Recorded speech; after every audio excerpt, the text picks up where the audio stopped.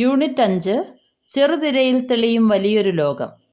വിവിധ കലകളുടെയും സാങ്കേതിക വിദ്യയുടെയും സംയോജനമായ സിനിമ ശക്തമായ ഒരു ദൃശ്യകലാ മാധ്യമമാണ്. മനുഷ്യജീവിതവുമായി ബന്ധപ്പെട്ട നിരവധി സന്ദേശങ്ങൾ സിനിമയിലൂടെ വിനിമയം ചെയ്യപ്പെടുന്നുണ്ട്. പെയ്തുതീരാത്ത സ്വപ്നം പോലെ മജീദ് മജീദി സംവിധാനം ചെയ്ത സ്വർഗത്തിലെ കുട്ടികൾ, ചിൽഡ്രൻ ഓഫ് ഹെവൻ ഒരുപക്ഷേ കേരളത്തിൽ അങ്ങോളം ഇങ്ങോളം ഏറ്റവും കൂടുതൽ പ്രദർശിപ്പിച്ചിട്ടുള്ള ഇറാനിയൻ സിനിമയായിരിക്കും. ചലച്ചിത്രോത്സവങ്ങളിലും മുതിർന്നവരുടെയും കുട്ടികളുടെയും ചലച്ചിത്ര പഠന ക്ലാസുകളിലും നിരവധി തവണ പ്രദർശിപ്പിച്ചിട്ടുള്ള ഈ സിനിമ ജീവിതത്തിൻ്റെ ദുരിതവൃത്തങ്ങളുടെ നരകങ്ങളിൽ നിന്ന് ആഹ്ലാദത്തിൻ്റെയും പ്രതീക്ഷയുടെയും സ്വർഗങ്ങളിലേക്ക് എങ്ങനെയാണ് കുട്ടികൾ സഞ്ചരിക്കുന്നതെന്ന് നമ്മെ ബോധ്യപ്പെടുത്തും. വളരെ ദരിദ്രമായ ഒരു കുടുംബത്തിലെ 9 വയസ്സുള്ള അലി എന്ന ആൺകുട്ടിയെയും അവൻ്റെ ഇളയ സഹോദരി സാറയെയും കേന്ദ്ര കഥാപാത്രങ്ങളാക്കിക്കൊണ്ടാണ് അപൂർവമായ ഒരു കാഴ്ചാനുഭവമായി മാറുന്ന ഈ സിനിമ വികസിക്കുന്നത്. ഒരു പക്ഷേ ഇതിൻ്റെ കഥ കേൾക്കുമ്പോൾ വളരെ സാധാരണമായ ഒന്നാണല്ലോ എന്ന് നമുക്ക് തോന്നാം. പക്ഷേ ഒരു സാധാരണ കഥയെ എങ്ങനെയാണ് അപൂർവവും അസാധാരണവുമായ ഒരനുഭവമായി ദൃശ്യവൽക്കരിക്കുന്നതെന്ന് ഈ സിനിമ നമ്മെ ബോധ്യപ്പെടുത്തും.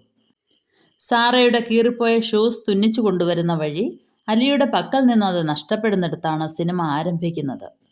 ഒരു പഴക്കടയിൽ കുട്ടകൾ മറിഞ്ഞു വീഴുന്നതിനിടയിൽ അതിൻ്റെ അടിയിൽ എവിടെയോ ഷൂസുകൾ നഷ്ടമാകുന്നു. കടക്കാരനെ പേടിച്ച് ഷൂസ് ഉപേക്ഷിച്ച് അലി ഓടുന്നതോടെയാണ് അവ എന്നേക്കുമായി നഷ്ടമാകുന്നത്. ഷൂസ് നഷ്ടമായ വിവരം അവൻ ബാപ്പയെയും ഉമ്മയെയും അറിയിക്കുന്നതേയില്ല. പുതിയതൊന്നും വാങ്ങാനാവാത്ത വിധത്തിൽ അയാൾ അതിദാരിദ്ര്യത്തിലാണെന്ന് അവനറിയാം. അവന് അടി കിട്ടുമെന്ന് കരുതി സഹോദരിയും ആ വിവരം ഒളിച്ചു വച്ചു. അവൾക്ക് സ്കൂളിൽ പോകാനുള്ള ഷൂസാണിത്. അവൻ്റെ ഷൂസുകൾ അവൻ അവൾക്ക് നൽകി. അവൾക്ക് ഉച്ചയ്ക്ക് മുമ്പും അവൻ ഉച്ചയ്ക്ക് ശേഷവുമാണ് ക്ലാസ്. കുറച്ച് അയവുള്ള ആ ഷൂസുമിട്ട് അനിയത്തി സ്കൂളിൽ നിന്ന് വരുന്നതും കാത്ത് അലി ഒരുങ്ങിയിരിക്കും. അവളുടെ കാലിൽ നിന്ന് ഷൂസ് ഊരിയെടുത്തിട്ട് വേണം അവൻ അതിട്ടുകൊണ്ടു പോകാൻ. പിന്നെ അവൻ ഒരോട്ടമാണ്. എന്നാലും അവൻ സ്കൂളിലെത്തുമ്പോൾ എന്നും വളരെ താമസിക്കും.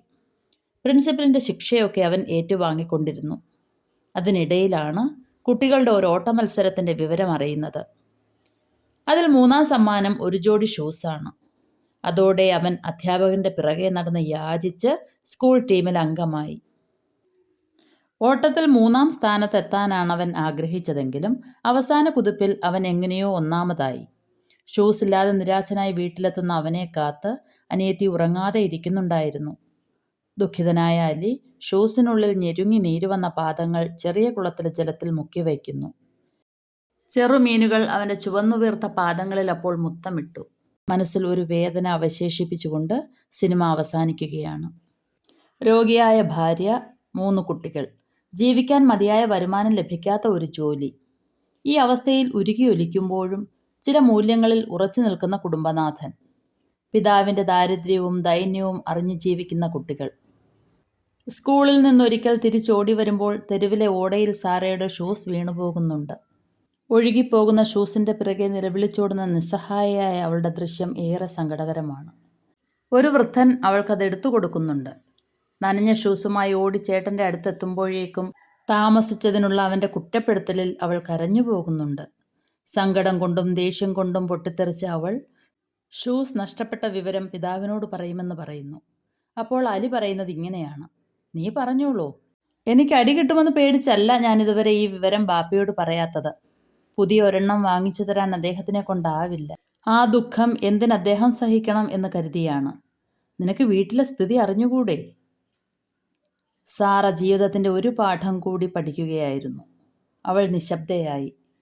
2 കുട്ടികളുടെയും സ്കൂളിലേക്കുള്ള ഓട്ടവും തിരിച്ചുള്ള ഓട്ടവും കൊണ്ട് സൃഷ്ടിച്ചിട്ടുള്ള വൈകാരികതയുടെ ചില ദൃശ്യങ്ങൾ അപൂർവാനുഭവങ്ങളാണ്. ഒരിക്കൽ സാറ തൻ്റെ നഷ്ടപ്പെട്ട ഷൂസ് അവളുടെ ക്ലാസ്സിലെ മറ്റൊരു പെൺകുട്ടിയുടെ കാലിൽ കണ്ടു. ഈ വിവരം സാറ അലിയോട് പറയുമ്പോൾ അവൻ പറയുന്നത് ഇങ്ങനെയാണ്: "മറ്റു കുട്ടികൾ ആരും അറിയരുത്. അതവൾക്ക് മാനക്കേടുണ്ടാക്കും. നമുക്ക് നോക്കാം." അലിയും സാറയും കൂടി ആ പെൺകുട്ടിയെ അനുധാവനം ചെയ്ത് അവളുടെ വീട് കണ്ടുപിടിക്കുന്ന ഒരു രംഗം നമ്മുടെ ഉള്ളിൽ കരച്ചിലിൻ്റെയോ ആഹ്ലാദത്തിൻ്റെയോ തരംഗങ്ങൾ ഉയർത്തുന്നതാണ്. അവർ കണ്ടെത്തുന്ന സത്യം കൂടുതൽ ദുഃഖകരമായ മറ്റൊരു ജീവിതാവസ്ഥയുടെ നിലവിളിയാണ്. ആ കുട്ടിയുടെ പിതാവ് അന്ധനായ ഒരു യാചകനാണ്. അയാൾക്ക് ചപ്പുചവറുകൾ ഇടുന്ന സ്ഥലത്തു നിന്നാണ് ഈ ഷൂസുകൾ ലഭിച്ചത്. തങ്ങളുടേതിനേക്കാൾ ദയനീയമായ മറ്റൊരു ജീവിതാവസ്ഥ കാണുമ്പോൾ ഈ കുട്ടികൾ അവരുടെ ബുദ്ധിമുട്ടുകൾ മറന്ന് സ്വന്തം ഷൂസ് തിരിച്ചു വാങ്ങാൻ മിനക്കെടാതെ, സഹപാഠിയെ അപമാനിക്കാതെ, ഒന്നും മിണ്ടാതെ തിരിച്ചു പോകുന്ന രംഗം മനുഷ്യരിലുള്ള വിശ്വാസവും നന്മയിലുള്ള പ്രതീക്ഷയും വർദ്ധിപ്പിക്കും. സ്വന്തം ജീവിതം കനത്ത മഴയിൽ കുതിർന്നു വിറയ്ക്കുമ്പോഴും മറ്റു ജീവിതങ്ങളുടെ സങ്കടക്കെട്ടുകളിൽ നിന്ന് പൊഴിയുന്ന കണ്ണീരൊപ്പാൻ ഈ കുട്ടികൾ തയ്യാറാവുന്ന ദൃശ്യങ്ങൾ വളരെ ശക്തമാണ്. ഷൂസിന് വേണ്ടിയുള്ള അവരുടെ തിരച്ചിൽ എവിടെയോ പെയ്തുതീരുന്ന ഒരു സ്വപ്നം പോലെ മാഞ്ഞുപോയിക്കൊണ്ടേയിരിക്കുകയാണ്. അതിജീവനത്തിൻ്റെ ചലച്ചിത്ര ഭാഷ്യങ്ങൾ, VK ജോസഫ്. ഇനി നമുക്ക് പുതിയ പദങ്ങൾ പരിചയപ്പെടാം. അനുധാവനം, പിന്തുടരൽ. ദുരിതം, ആപത്ത്, കഷ്ടപ്പാട്. ദൃശ്യം, കാഴ്ച. മാനം, അഭിമാനം, ആകാശം. വിപരീതപദം, സ്വർഗം, നരകം. ദരിദ്രം, സമ്പന്നം. നഷ്ടം, ലാഭം. ശിക്ഷ, രക്ഷ. നന്മ, തിന്മ. വികസിക്കുക, സങ്കോചിക്കുക. ആശ, നിരാശ. അവസാനിക്കുക, ആരംഭിക്കുക. സാധാരണം, അസാധാരണം. വിശ്വാസം, അവിശ്വാസം. ശക്തം, അശക്തം. പിരിച്ചെഴുതാം. അങ്ങോളം ഇങ്ങോളം, അങ്ങോളം അധികം ഇങ്ങോളം. ദരിദ്രമായ, ദരിദ്രം അധികം ആയ. നഷ്ടമാകുന്നു, നഷ്ടം അധികം ആകുന്നു. മുത്തമിട്ടു, മുത്തം അധികം ഇട്ടു. പൊട്ടിത്തെറിച്ച, പൊട്ടി അധികം തെറിച്ച. കരുതിയാണ്, കരുതി അധികം ആണ്. പഠന പ്രവർത്തനങ്ങൾ നോക്കാം. ആദ്യത്തെ പ്രവർത്തനം, വായിക്കാം, പറയാം. ഓട്ടമത്സരത്തിൽ അലി 3-ാം സ്ഥാനം ആഗ്രഹിക്കാൻ കാരണമെന്ത്?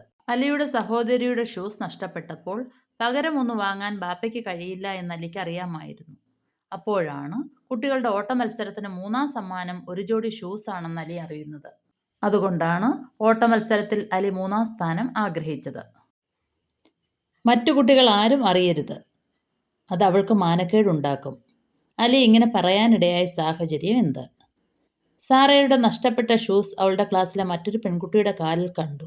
ഈ വിവരം അലിയോട് പറഞ്ഞപ്പോഴാണ് അലി ഇങ്ങനെ പറഞ്ഞത്. അടുത്ത പ്രവർത്തനം നോക്കാം. കാഴ്ചയിലേക്ക്. ചിൽഡ്രൻ ഓഫ് ഹെവൻ എന്ന ചലച്ചിത്രത്തിൽ നിങ്ങളെ ഏറ്റവും അധികം സ്വാധീനിച്ച ഒരു രംഗം വിശകലനം ചെയ്ത് അഭിപ്രായം പങ്കുവയ്ക്കുക. മജീദ് മജീദിയുടെ ചിൽഡ്രൻ ഓഫ് ഹെവൻ എന്ന ചലച്ചിത്രം എനിക്കൊരുപാട് ഇഷ്ടമായി. അതിലെ ഓരോ രംഗവും നമ്മെ സ്വാധീനിക്കുന്നതാണ്. എങ്കിലും കൂടുതൽ ഇഷ്ടമായ രംഗം ഫിനിഷിംഗ് പോയിന്റിൽ തളർന്നു വീണ അവൻ അധ്യാപകനോട് തനിക്ക് 3-ാം സ്ഥാനം ലഭിച്ചോ എന്ന് അന്വേഷിക്കുന്നതും 1-ാം സ്ഥാനമാണെന്നറിഞ്ഞ് വിഷമിക്കുന്നതും ആണ്. അവൻ്റെ സഹോദരിയോടുള്ള സ്നേഹവും കരുതലും ഈ രംഗം വെളിപ്പെടുത്തുന്നു. ഈ ചലച്ചിത്രത്തിൽ നിങ്ങളെ ഏറ്റവും ആകർഷിച്ച കഥാപാത്രം ആരാണ്? അതിനുള്ള കാരണങ്ങൾ വിവരിച്ച് ഒരു കുറിപ്പ് തയ്യാറാക്കുക. മജീദ് മജീദിയുടെ ചിൽഡ്രൻ ഓഫ് ഹെവൻ എന്ന ചലച്ചിത്രത്തിൽ എനിക്ക് ഏറ്റവും ഇഷ്ടപ്പെട്ടത് അലിയെയാണ്. അവൻ സ്വന്തം കുടുംബത്തോട് കാണിക്കുന്ന സ്നേഹവും കരുതലും നമ്മൾ മാതൃകയാക്കേണ്ടതാണ്. സാറയുടെ ഷൂ ഇട്ടുവന്ന പെൺകുട്ടിക്ക് മാനക്കേടുണ്ടാക്കരുത് എന്ന് പറയുമ്പോൾ അവൻ്റെ മനുഷ്യത്വം നമുക്ക് കാണാൻ കഴിയുന്നു. അടുത്ത പ്രവർത്തനം, ഇടരൂപങ്ങൾ തിരിച്ചറിയാം എന്നതാണ്. ഷൂസ് നഷ്ടപ്പെട്ട വിവരം അലി സാറ പറഞ്ഞു. പൂർണ്ണമായ ആശയം കിട്ടുന്ന രീതിയിൽ വാക്യം ശരിയാക്കി എഴുതുക. വാക്യം പൂർത്തീകരിക്കാൻ നിങ്ങൾ ഉപയോഗിച്ച ഇടരൂപം ഏത്? ഇതുപോലെ കൂടുതൽ ഉദാഹരണങ്ങൾ കണ്ടെത്തി എഴുതുക. ഷൂസ് നഷ്ടപ്പെട്ട വിവരം അലി സാറയോട് പറഞ്ഞു. ഓട് എന്ന ഇടരൂപമാണ് ഉപയോഗിച്ചത്. കൂടുതൽ ഉദാഹരണങ്ങൾ.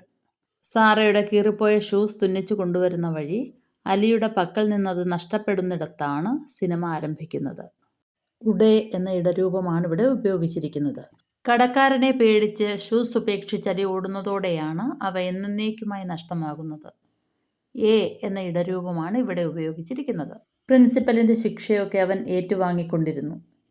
ൻ്റെ എന്ന ഇടരൂപമാണ് ഇവിടെ ഉപയോഗിച്ചിരിക്കുന്നത്. കൂടുതൽ ഇടരൂപങ്ങൾ കണ്ടെത്തി എഴുതുക.